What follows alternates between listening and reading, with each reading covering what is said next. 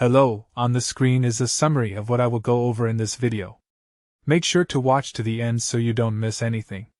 Step 1. First, you'll want to head to the Google Play Store on your Android device and search for Minecraft.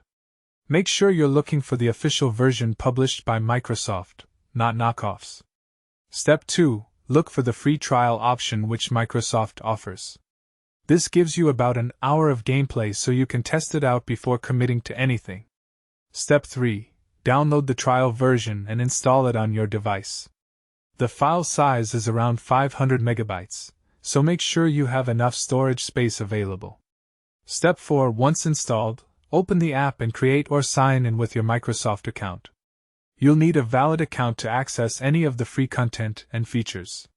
Step 5. Check the Microsoft Rewards program where you can earn points by completing tasks and surveys, then redeem those points for Minecraft gift cards that unlock the full game for free. This method takes patience, but you can legitimately get the game without spending a dime. Make sure to stay consistent with your daily tasks.